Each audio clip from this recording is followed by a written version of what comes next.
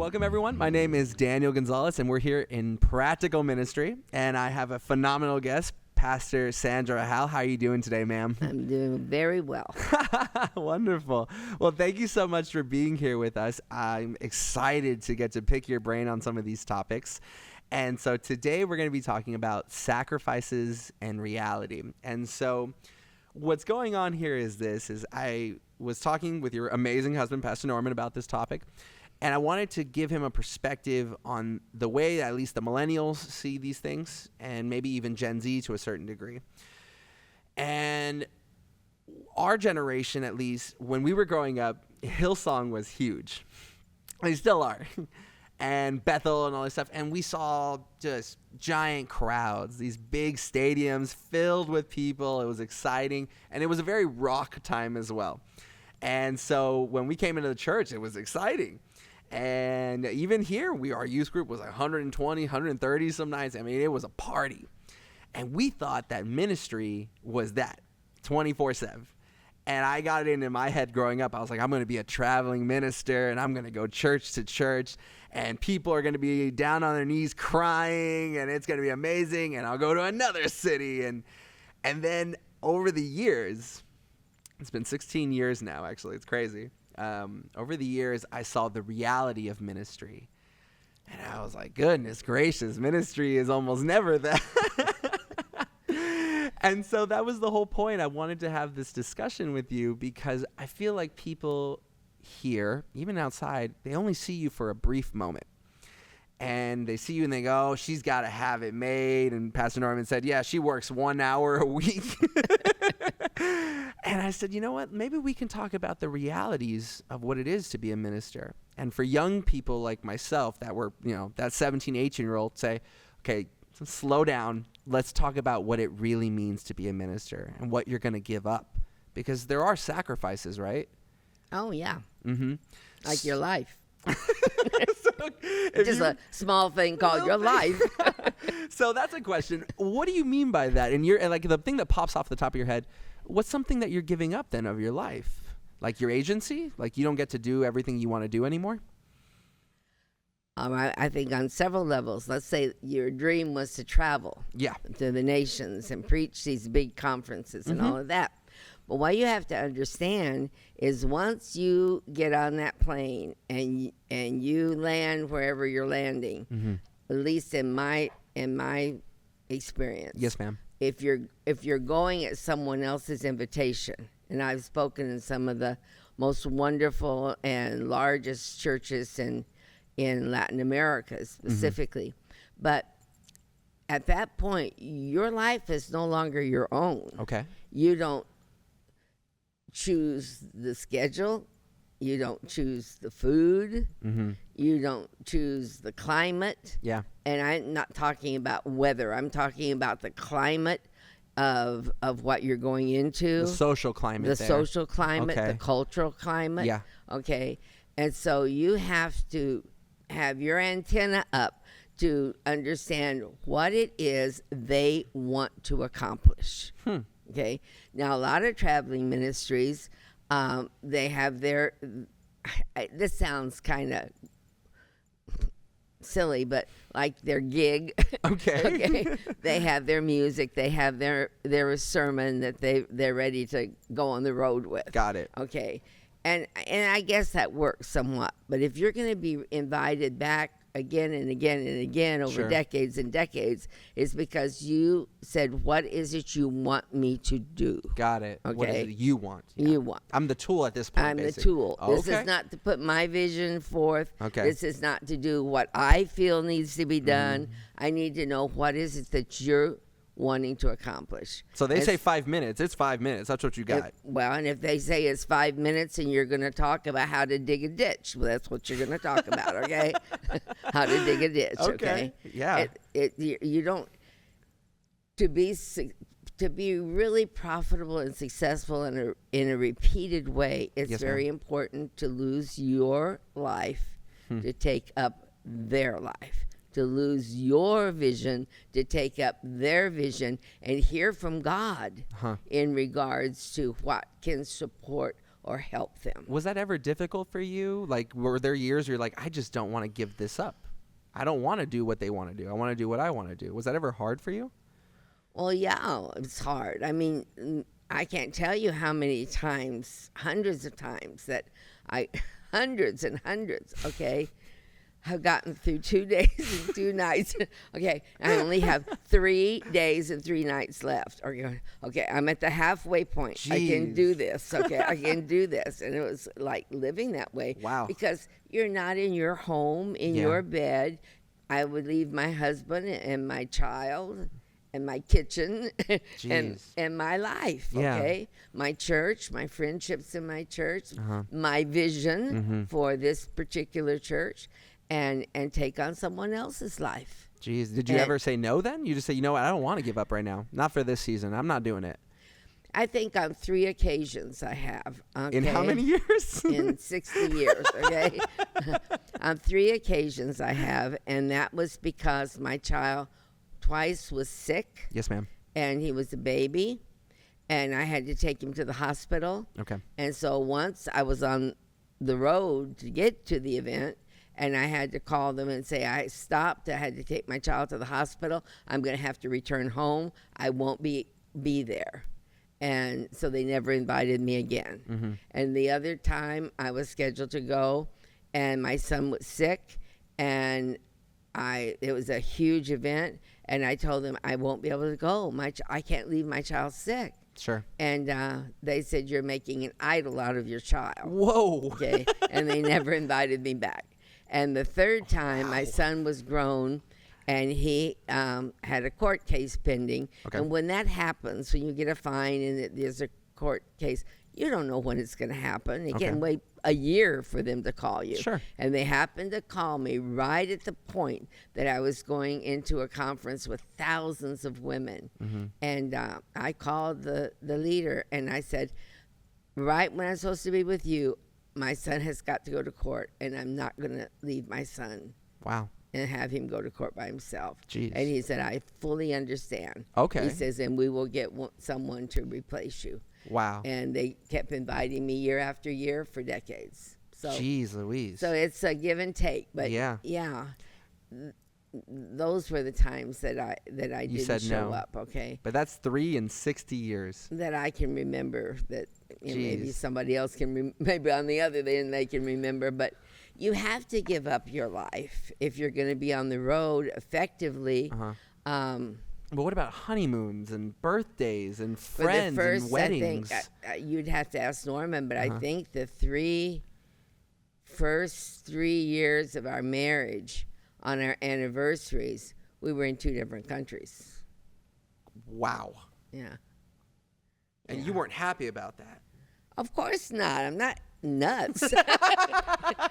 No, I love it.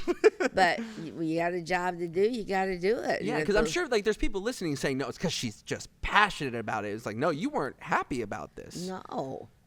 I was very lonely, but you have to go, hey, a day is a day. Okay. We'll celebrate this together. I hope I'm not tearing up all of this equipment because most of it belongs to me.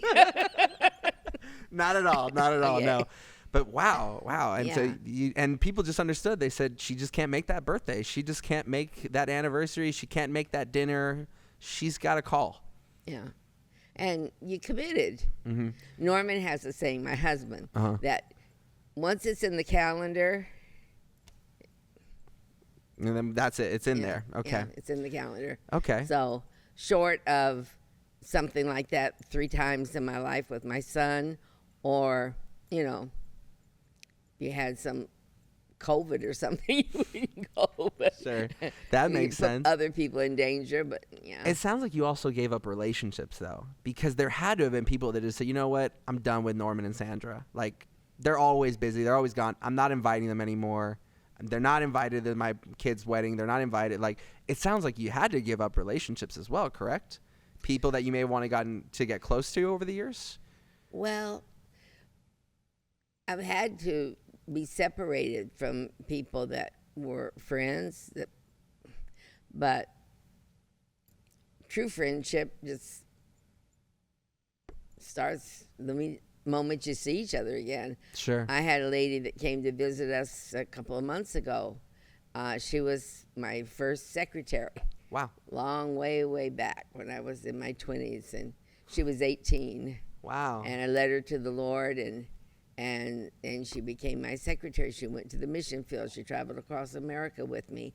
And then I got married. I went to Mexico, and I hadn't seen her in, I don't know, 50 years.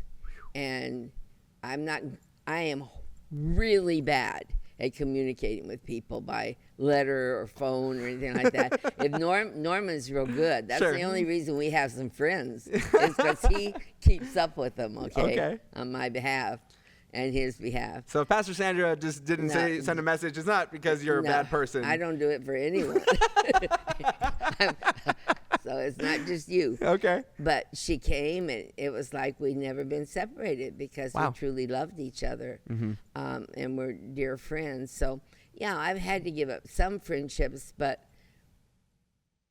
most of those that were really my friends, if we get together, it would be just like we just saw each other. Okay.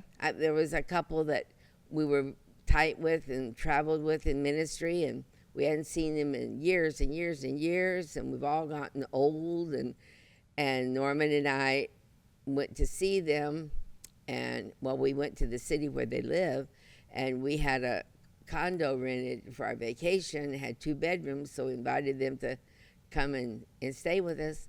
And she walked into the apartment and hotel resort, and she looked at me, and she just grabbed me, and she said, "You are the person on this earth that knows the most about me and still loves me." And we hadn't seen each other in decades.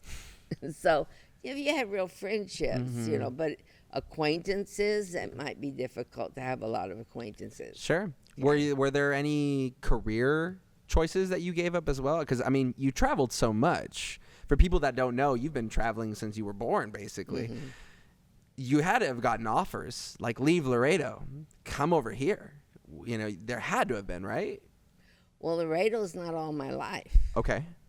I'm 81. Okay. I've been here 40 years. Okay, so for 40 years, you weren't in Laredo. Yeah. Okay. I've had some invitations, but ones that I might have considered because I wasn't in Laredo, and I might have considered them at that time. When I would audition, let's say, they would come to a service to see. Really? Okay. To see what I was like. Sure. It's like the Lord would drop me in a vacuum, and I couldn't find him anywhere. Wow. Okay. Like, they were pretty big opportunities, okay? But they weren't for me. Gotcha. And when they'd heard all about the miracles, they heard all about the services and the anointing, so groups would come, I would call them an audition, and I couldn't find the sweet spot in God. It was just so clumsy and so embarrassing. Yeah. But it was just a great big no. Yeah. From God, because he had something that was a big yes for me. Well, that's the question, because Laredo was the yes. This is where, you've been here. And Latin America. I was in Mexico, living in Mexico, and having huge crusades that I would have never done if I had taken those other positions. Sure, absolutely. And that's really my question there is, did any of this ever feel like a sacrifice to you and Pastor Norman? When you guys were theorizing, like, we're staying in Latin America, we're staying in Laredo, was there ever a moment just saying, we're giving up a lot? Or was it always just like, this is exactly what God wants, and we're just happy to go to Laredo? To go to Laredo? Sure, yeah. I wasn't happy to come to Laredo. This is the first small town I've ever lived in. Really? Yeah. Because, you were in L.A. for a number of years, too. Los Angeles and Monterrey, Mexico. Like, take me to Mexico City, take me to Paris, take me to London, but don't take me to some little dinky town. And so that's the way I felt back then. Sure, absolutely. Okay? And Laredo, it was just Monte for years. Carlton Road was gravel. Uh-huh. Okay. It's caliche. Wow. There were no big chain restaurants or big chain stores. There was Dairy Queen, and there was a Kroger's. Yeah, I remember. Okay, but no, I told Norman, I said, look, we looked everywhere to find a place to rent to start the church. Okay. And I told him, I said, nobody wants to rent to us. I said, let's get out of here. Let's go to San Antonio. Okay. And let's look there because there's an airport there that can connect me anywhere I want to go. Got it. Okay. Got you. And so Norman said, well, it's just one last place we haven't asked. It was like 5 o'clock in the afternoon. He said, let's run over there and ask. If they say no, well, we'll drive on to San Antonio. And so you were driving up from Mexico. I get it now. Okay. Yeah, it was La Posada.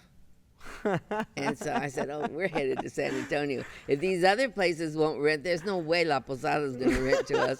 And Norman went up there and he said, I want to start a church. I want to begin it here. And I need 6 months of Sundays. Mm-hmm. And they said, oh, there's no way that we have that open. He said, would you look at your books? And they did. And the girl said, I can't believe we have 6 months of empty Sundays. And the manager came in and Norman said, how much do you want for us to rent that 6 months of Sundays? Mm-hmm. And he told him, and he said, here, I'm going to write you a check, reserve it. And you're kicking and screaming in the car. And I'm going, okay, well, here we are in Laredo. Now, yeah. I love this community. I love La Frontera. I love the border. Mm-hmm. I love Laredo. Oh, yeah. I'm so thankful to be here. Mm-hmm. And what a wonderful place to put your roots. Oh, I just love it here. I love it here. And Norman said, if we ever retire and we went to San Antonio, what would we do? I said, there's no way. We'd have to start all over, finding relationships and friendships. Yeah. No way. Yeah, that makes sense. I love Laredo. Man, and it just, I mean, I didn't want to transition us because there's so many great narratives that you have there about losing your agency. Like, you just give it up. And when you go somewhere to speak, you give up the agency. And when you're trying to find a place that you're going to be ministering, you give up your agency. And it just seems like all your agency is gone as a minister. When you give it up to God and just saying, all right, God, well, then I guess you're directing my footsteps. Very Proverbs, like you're directing my feet, I guess. But that's scary. But as you walk with the Lord, he aligns your heart with his desires. Understood. And then, like, did you hear me, what I said about Laredo? Mm-hmm. Okay. God would have to do some major work to get me out of this town because he's changed my heart to align up to his vision and what he wanted us to do. Well, a number of years ago, I went with you guys to a conference. I think we were in the Valley. And I was like, all right, God, I'm done with my graduate's degree. Let's do it. And I said, I'm ready for Sunday. And I went up and a pastor, he said very just prophetically, if you will, are you willing to dig the ditch for your pastor? And he said, I never wanted to work with teens, and God gave me teens. And I sat in that audience and I just said, God, I'm begging you, not kids. I'm begging you, not children. And where are you? And I get a call the next morning from Pastor Norman. You know, we got a place for you actually in the children's department. I just said, fine. But like you said, over the years, I was like, wow, God, not only do I enjoy this because kids are funny, but on the other side, I said, there are so many people that don't understand children, not in a strange way, but in a way that grows them, that every one of them, they want them to be quiet or they want them to be a certain thing. And it's like every child is different and they're beautiful. And learning how to work with them and grow them and let them grow in their talents is something that not everyone gets. But what an important precisely spotlight is being placed on children right now. Yeah, so absolutely. You are in a battle and you are in a privileged mandate from God to be in the front lines. Yeah, no, absolutely. And, years ago as a missionary's child, we had to travel around raising money here in the States. And when we talked about wanting to reach Mexicans, because we were in Mexico, people were not interested. If we talked about Africa or something, that's the way I used to feel. They would, oh, yes. It was exotic. So they can go to the pygmies, okay? But we don't want them going to the Mexicans, okay? I'm not joking. I mean, that's bad. People need to hear this story, But I think God is so cute because he didn't let me go in these directions, which would have been world ministry in a different way. Sure. But he preserved my steps to use me in a Latin harvest. Mm-hmm. And what is one of the great emphasis that is going on today is the Hispanic people around the world. Yeah. I mean, I ministered in, what country was it recently? I'm sorry. Italy. Okay. Really? Okay. Yeah. I think it was Italy. No, it wasn't. It was Belgium. Okay. And I ministered in Belgium churches, with French speaking. But then I got an invitation to go to a church, and most of those churches are 100 and under back in that time. Got it. Then I got an invitation, since I spoke Spanish, to go to a church. It was Ecuadorian. And I went, and oh my word, I said, well, here's where the Christians are. Okay. There were hundreds of people. Okay. Yeah. Wow. Because they all are from Ecuador, went into Belgium and Europe to try to find jobs. And we're everywhere. And I say we because I'm half Hispanic. Sure. We're everywhere. Yeah. Okay. Yeah. So, and we're very important in this country. Sure. Okay. So, and around the world. So I think, God, you're so sweet. You kept me and put me on the front lines of something that is extremely important today, as these children are. Yeah. So, and that was the whole point of the anecdote, to say, you know what you're saying rang true in my life. Because it was like, that was the last thing I wanted, and yet God gave me a heart, and I was like, wow. You love it. It's wonderful. I love them. I love the high schoolers, the middle schoolers, the college students. And I'm like, it's so interesting to see them change over the years. And in the beginning, all I wanted to do was the big stadium. And then I fell in love with the one-on-one ministry. Yeah. And a kid's just saying, I'm scared. Like, I'm scared to go in there. And it's like, hey, man, no worries. I'm right here behind you. And to see that child grow up, it's like, Jesus. Mm-hmm. You could have done it with anyone else. Yeah. But 100% in the beginning, I didn't want to do it. Yeah. Well, I think a lot of things that we don't want to do. And sacrifices, I would have never chosen Laredo on my own. I would have never chosen to, be away from my family and my life. I had someone very important to me, a minister very important to me. One time walk up when I was traveling, I would go like 5 days a month, every month, to do a crusade somewhere. And in Latin America. In Latin America. And they would say, they said to me, what is it about you? What are you lacking in your life that you feel like you have to do this? Sure. And I just didn't even answer because I have a mandate on my life. This is not if it's convenient for you, Sandra, okay? This is a mandate God put on my life. Sure. To minister the gospel and to reach Latin-rooted nations of the world and Hispanic people. I never thought I'd be doing it in the United States, but I'm based here. But, Daddy. Yes, ma'am. Okay. If I was a movie star, do you think I would get to just say, I can only film from this time to this time because I have to get my rest, or I have to have my life. Yeah. Do you think I would get hired for a whole lot of movies? If you were Tom Cruise, yes. Maybe. The majority of the rest of them, no. If I was a doctor, sure, and I'm training and I'm doing my residency, could I say, I can't pull an all-nighter? Yeah. Okay. Yeah. I'm sorry. Bye-bye. This is not in my agenda. Sure. You have to respect my time. Yeah. You can't do that. Yeah. In so many careers like that, you have to lay down your life and sacrifice to accomplish something with excellence. So why wouldn't you do it for a call that God has placed on your life? I hear what you're saying. Yeah. Yeah, absolutely. How much more important and eternal is what he's asking you to do? Well, I think the question I brought up to Pastor Norman, it's like, well, then where's the line then? And I think you put it really eloquently and practically. If it's in the book, it's in the book. but my honeymoon should be in the book too. And my vacation, if it's in the book, it's in the book already. And I owe, out of respect, time to my wife as much as I do the ministry. But when we're younger, we were like, I'm just going to give everything up. I'm just going to go 100%. I know. All the time. That's what we did too. Mm-hmm. But there's wisdom in that. I'm listening. That's what we did too. Yeah. But now we don't. And for years we have said, no, this is time for rest. This is time for each other. Sure. This is time for Dustin, our son. This is Sure. time for our family.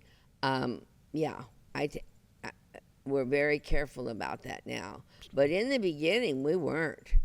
We just went and preached and did what we had to do. But of course, we were establishing something. Yeah, you were building a lot. Yeah. Then. Yeah. We're pioneering Sure. and establishing Yeah. something. So I remember, can I say this? I remember yes, ma'am.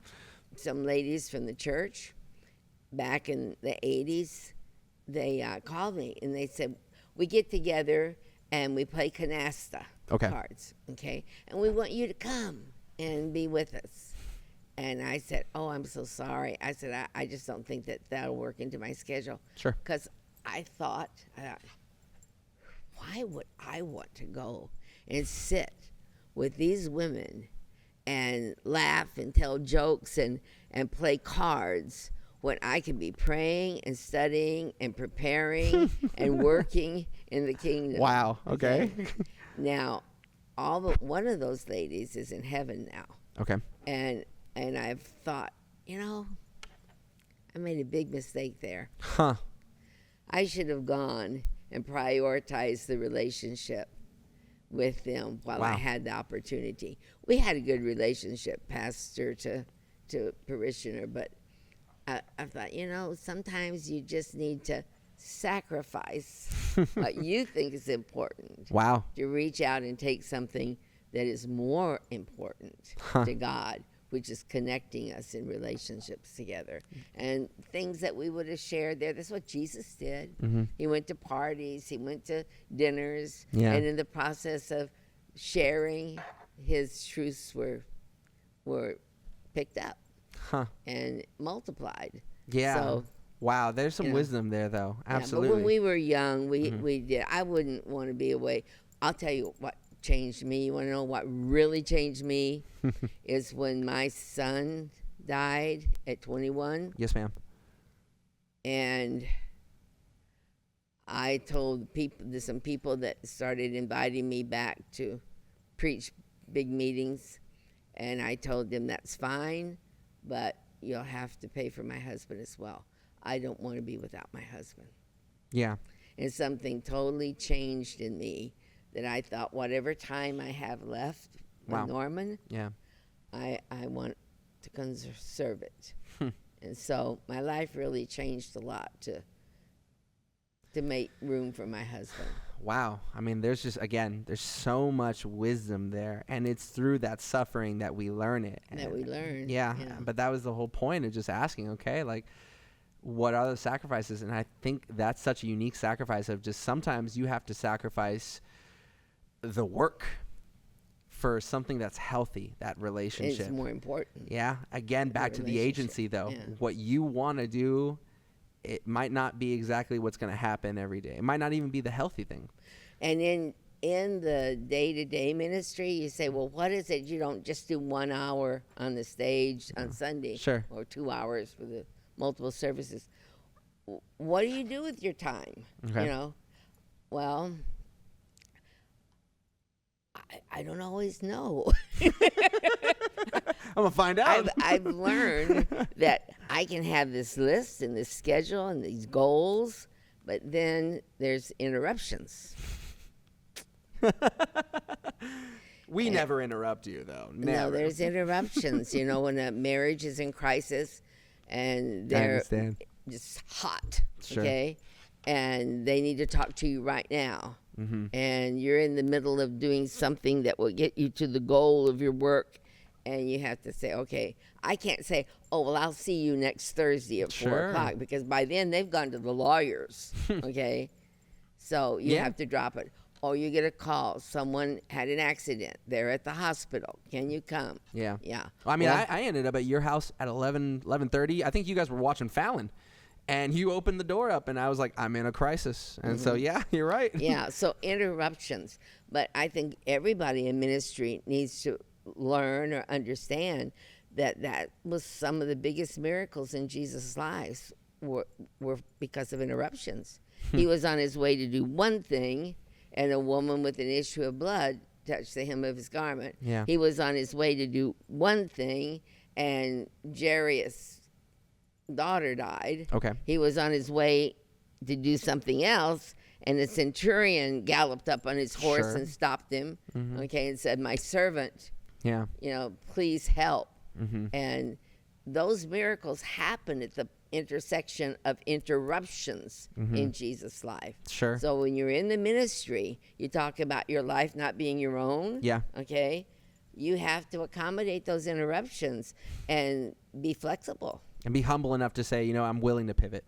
Yeah. Instead of like, no, this is what God has mandated. No. I mean, you're there to care for his people and to release his love. Yeah. So what are you going to do? You have to say, okay, well, I'm working on the same list of goals all week long. I've only got 2 of them done. Sure. But you know what? And I think that we can close on that. It sounds like you need a team, and you're not going to be able to do it by yourself. Oh, I am the most blessed of women. I tell you what, I have so much time now to be able to develop other things. Yes, ma'am. Because of this marvelous team. You and Mark and Johnny and Claudia and all of these people. Yeah. Every one of you are, to me, almost genius level in what you do. Thank you, ma'am. You are. And know so much more than I do. And it's cool. Well, it's really cool. But you have to step back and let people work. Do what you're going to do. Yeah, even today, Pastor Norman was talking. He was like, I don't know. And I said, Pastor Norman, you got a lot of smart people around you. I trust them. He's like, well, if you trust them, I trust them. I was like, I fully do. I trust them. Yeah. I'm in awe of them. And that's why I always tell you guys, tell me whatever you think. Yes, ma'am. Okay? I won't be persuaded to leave the lane we're supposed to be in, okay? And if you're going way out here, I'll say, well, let's bring it back over here, Sure. okay? And I'm not afraid to say no, okay? But wow. Got to work Don't with people. sit there with all of that treasure inside of you and not allow us to see it, know it, and use it. And that's it. And it's not just your show then. It's a whole team. It's a whole team. Yeah. I think probably 60% of the people that attend this church come because of the worship. And they go, well, and how's the preaching? I get it. No, but we do. We have a marvelous team. We got a great team here. Yeah. Absolutely. Pastor Sandra, that's it for the show. My gosh, so great wisdom in the narratives that you were saying. And we talked about agency. And at the end of it, we kind of wrapped up with, like, you got to give it up as well and work with people and trust people. And so thank you so much for being here, ma'am. I had a great time talking with you. All right. Bye-bye. Bye.